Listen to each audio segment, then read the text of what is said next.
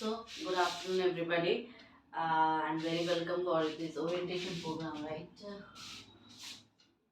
Orientation program for our research hub and for since this batch is first set, right? Set exams for RPSC.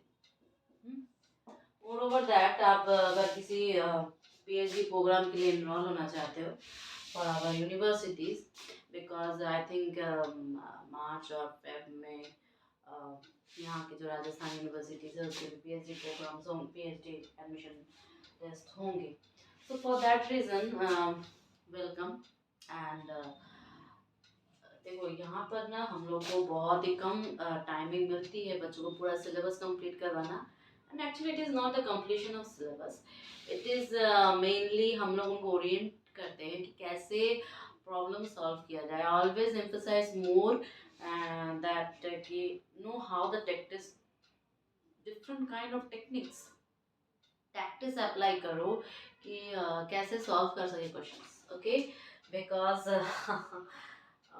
जब बच्चे मेरे पास RPSC first grade के लिए आए थे, so some of them are my same age, some of them were more elder than me, some of are little bit younger than मी.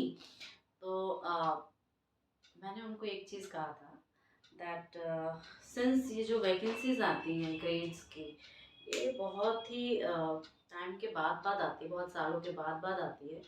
सो क्या होता है कि एक प्रैक्टिस छूट जाती है, एक डीमोरलाइजेशन आ जाता है बिकॉज सो मेनी पीपल से so many things around us. But मैं यही सजेस्ट करूँगी लोगों को कहने दो फोकस्ड. जैसे कि कोई भी सिविल सर्विसेज एग्ज़ाम वाले 4-5 साल लगातार इतना सारे चीज़ों को सुनने के बाद भी और दोस कमेंट्स को सुनने के बाद भी फोकस्ड रहते हैं. So you always have to be focused. Okay, keep motivating yourself. और अगर आपको लगे कि कभी आपको वीडियोस देखने हैं, I do myself also. See हम लोग भी थक जाते हैं, right? From the morning schedules to evening we also get tired, we also need motivations.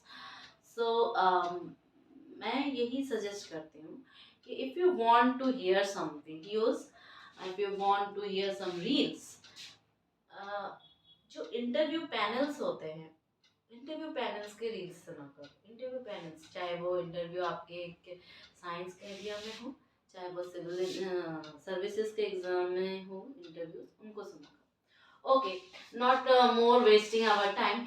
एक चीज़ मैं डिफ्रेंशिएट करना चाहती हूँ कि जो असिस्टेंट प्रोफेसर वगैरह के एग्ज़ाम होते हैं या सेट के एग्ज़ाम जो RPSC ने डेट वगैरह तो नहीं निकाली है, but they have announce that we will conduct after so many years. So ऐसे एग्ज़ाम्स में क्या होता है कि एक वास्ट सिलेबस होता है और उस वास्ट सिलेबस में आपको पता नहीं कि किस टाइप के क्वेश्चन आएंगे. ठीक है, जरूरी नहीं कि पेपर पैटर्न सेम हो, because I have told my previous videos की पेपर पैटर्न आजकल जो भी जा रहा है वो टोटली RPSC चेंज करते रही है. So don't depend on paper pattern. Okay, आप असिस्टेंट प्रोफेसर फिजिक्स का देख लो पेपर, जस्ट जो रिसेंट हुआ उसका पेपर देख लो, आपको टोटली इंटायर डिफरेंट मिलेगा. So what I am trying to say that कि जो नेट का एग्जाम होता है उसमें एक पैटर्न है. पैटर्न का सेंस कि वही सेम टाइप के क्वेश्चंस नहीं है, but you know the definite syllabus, you know the definite problems types, and you know what is the practice you have to do. But बच्चे क्या है, जितने बार अपेयर होते हैं उनको उतने बार डर लगता है and blah blah blah blah. So start, keep your motivation yourself and work hard. Intelligence तो apart है, but work hard, work smart. Okay, so आज का ज्ञान हो गया. So see, there are many papers, minus papers, major papers होते हैं. तो अगर मैं एक जैम के स्टूडेंट को पढ़ाऊँ, एक जेस्ट के स्टूडेंट को पढ़ाऊँ, या एक टेफर के, या किसी भी CSIR नेट के, ठीक है, चाहे वो इसमें अगर UGC वाला होगा तो वो इलेक्ट्रॉनिक्स का देगा. ओके, और एक CSIR वाला होगा तो वो ऑल पेपर्स दे सकता है. पेपर्स का एक ही होता है जिसे हम लोग फिजिक्स का कहते हैं. ओके, सो अब देखो इसमें डिफ्रेंशिएशन कहाँ करते हो आप. जब हम लोग पेपर लेते हैं इलेक्ट्रोडायनामिक्स, फर्स्ट पेपर अगर मैंने आपको बोला है इलेक्ट्रोडायनामिक्स, अगर मैंने फर्स्ट पेपर आपको बोला है इलेक्ट्रोडायनामिक्स का, ओके, सो इलेक्ट्रोडायनामिक्स में आप क्या देखोगे, ये जो है ना, इनको हम लोग सेम इलेक्ट्रोडायनामिक्स पढ़ाते हैं, इनको हम लोग सेम इलेक्ट्रोडायनामिक्स पढ़ाते हैं। हाँ, थोड़ा सा नेट के बच्चों को, थोड़ा सा TFIR के बच्चों को, बस इनके और असिस्टेंट प्रोफेसर को जो एग्जाम होते हैं उनको हम लोग थोड़ा सा एक्स्ट्रा पढ़ाते हैं। एक्स्ट्रा में क्या है कि वो रेडिएशन पार्ट, एक्स्ट्रा में वो रेडिएशन पार्ट और ट्रांसफॉर्मेशन एक्स्ट्रा पढ़ाते हैं, ठीक है। पढ़ाते तो इसमें भी है, पर डीप नॉलेज जो हम लोग देते हैं इंटरव्यू के लिए प्रिपेयर जब करवाते हैं तो इसमें करवाते हैं। नेक्स्ट इलेक्ट्रोडायनेमिक्स में अब क्या है, अगर मैं इलेक्ट्रोडायनेमिक्स का ब्रॉड वे एक CSIR नेट को बोलूं, CSIR के बच्चों को, नेट के JRF के बच्चों को बोलूं, या एक असिस्टेंट प्रोफेसर के को स्टूडेंट्स को बोलूं, या मैं एक सेट के स्टूडेंट को बोलूं, ठीक है, उसको हम क्या कहेंगे, आई विल से हिम और हर दैट, इसमें बहुत सारे देखो कंसेप्ट सबको पता होता है, but solve is more important. तो आप जब देखोगे कोई पेपर तो आपको सारी चीज़ों का मिश्रण मिलेगा, बहुत ग्रेजुएशन पोस्ट ग्रेजुएशन सबका मिक्स्ड मिलता है। So electrodynamics most of the time क्या होता है, बच्चों को ज़्यादा डीपली नॉलेज उसको ग्रेजुएशन में ही दी जाती है। इलेक्ट्रोडायनेमिक्स से सबसे ज़्यादा डीप नॉलेज हम लोग ग्रेजुएशन में ही बच्चों को देते हैं। सो फॉर दैट रीजन आपको देखो स्टार्ट करोगे फोर्स से, इलेक्ट्रिक फोर्स, ठीक है।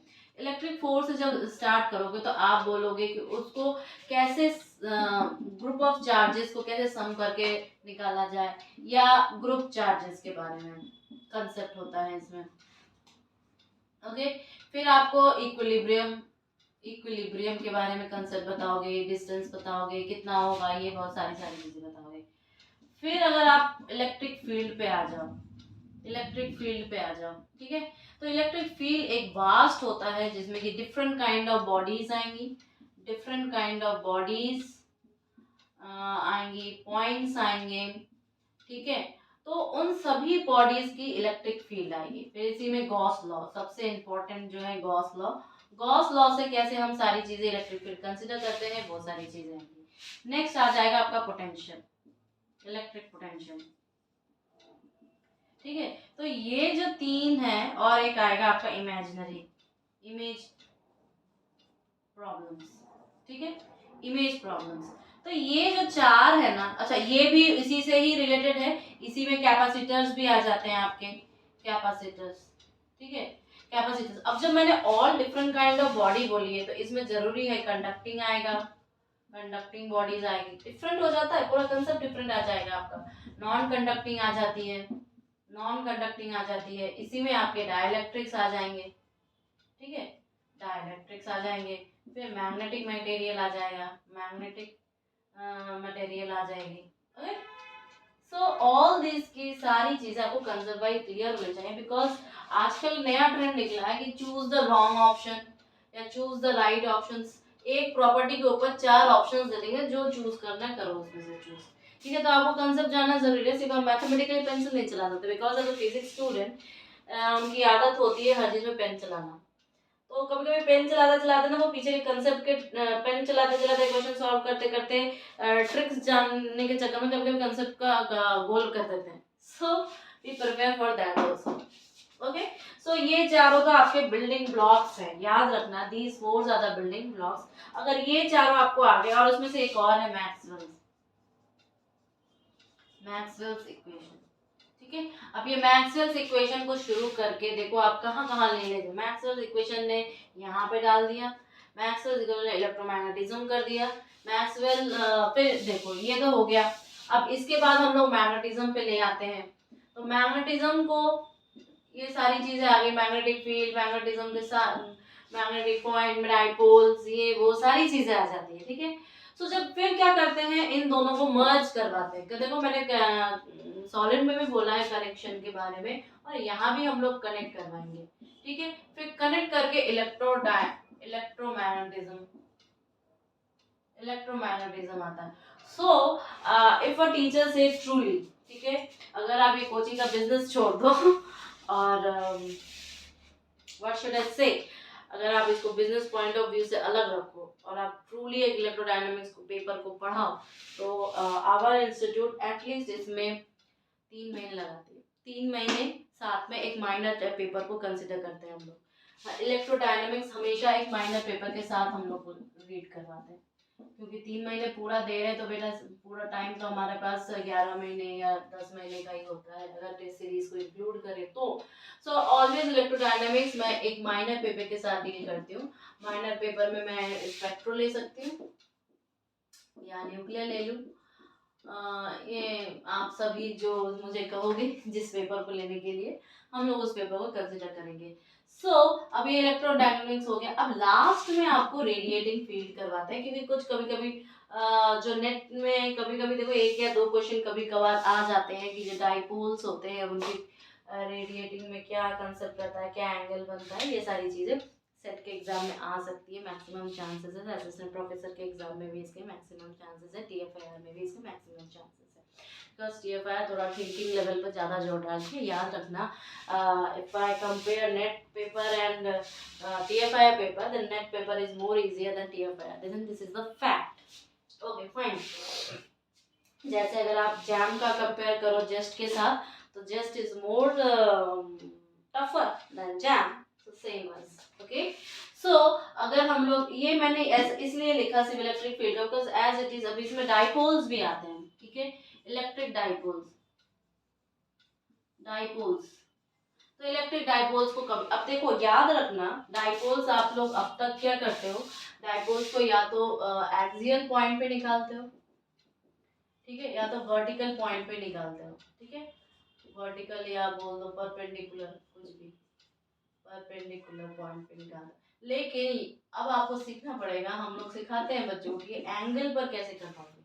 एंगल तो बस आप लोग फॉर्मूला ग्रेजुएशन तक रट लेते हो, but whenever you go for exams you have to learn the angle point of view, right? So this is a very important overview what I have given, और हम लोग सेपरेट है सारे ओवरव्यूज आपको देते रह रहे हैं, सॉलिड का देंगे, इसका देंगे। So this will be our whole program schedule, right? This is our whole program schedule. तो मैं अगर बोलूँ स्टार्ट किससे करेंगे, अगर हम लोग, अगर आप प्रिपरेशन सेल्फ प्रिपेयर भी कर रहे हो, see I never suggest anybody कि नहीं मेरे पास ये आओ and all that, and I never suggest, see whatever you are willing you do that, whatever you are willing. If you are willing for online studies, go for that.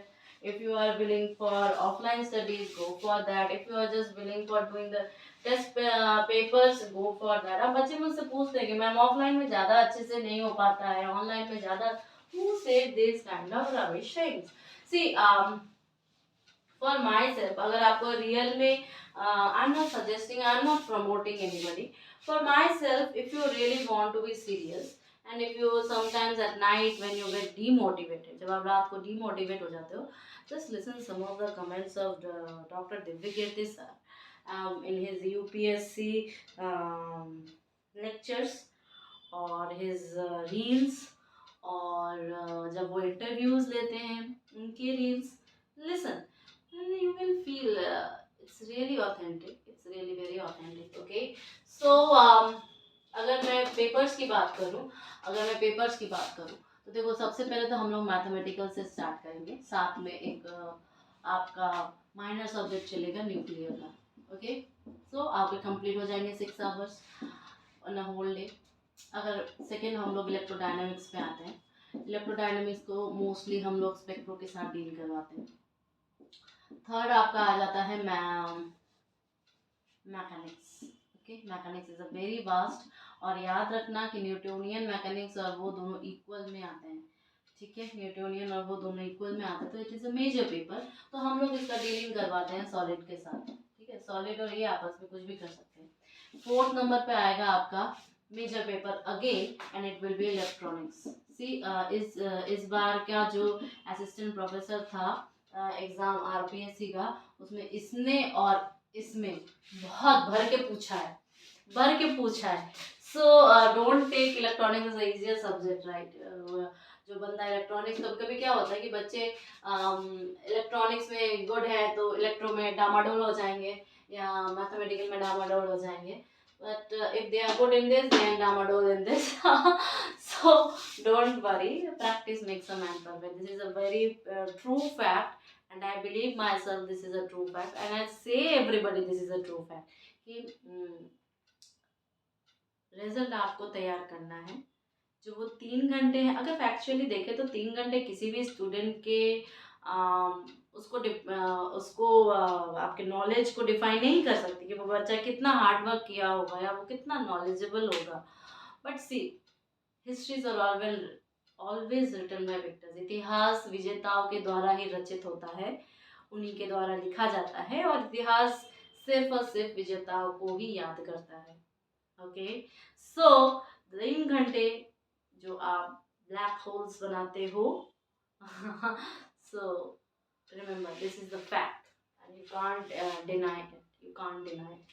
So electronics जो होता है उसको भी हम किसी minor paper के साथ deal करवा देते हैं। मोस्ट ऑफ द टाइम हम लोग एलिमेंट्री पार्टिकल से डील करवाते हैं, elementary particles. Okay, so I hope all the papers I have been discuss.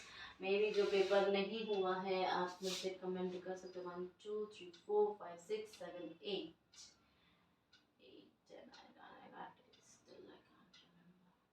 whatever may be, whenever anything is left you can comment me or you can ask me. अब बच्चे मुझसे पूछते हैं कि online ले या ऑफलाइन ले, right? Online ले या ऑफलाइन ले, टेल मी। अगर मैं बच्चों को यही सजेस्ट करती हूँ that if you are very serious kind in your studies, if you won't get disturb, अगर आप बोर नहीं होते हो तो आप ऑनलाइन लो, it will save your time. अब देखो हम लोग 6 घंटा ही बच्चों को पढ़ा सकते हैं ऑफलाइन में, राइट? बिकॉज उसके बाद बच्चे स्ट्रेस्ड हो जाता है, फिजिकली स्ट्रेस्ड हो जाता है। बट अगर आप और ज़्यादा क्लासेस ले सकते हो, if you have that capacity, so you can take more classes, right? आप मोर क्लास ले सकते हो, तो then prefer online, prefer online, offline मत करो। अगर बच्चा थोड़ा चंचल है, थोड़ा ज़्यादा सीरियस नहीं हो पाता है बिल्कुल भी, बस वो जोश में कर रहा है, then we will make them work hard. हम इतना उसको घिसेंगे हम इतना ज़्यादा उस पर प्रेशर क्रिएट करेंगे कि वो अपने आप इस मोड में आ जाएगा, सीरियस मोड में।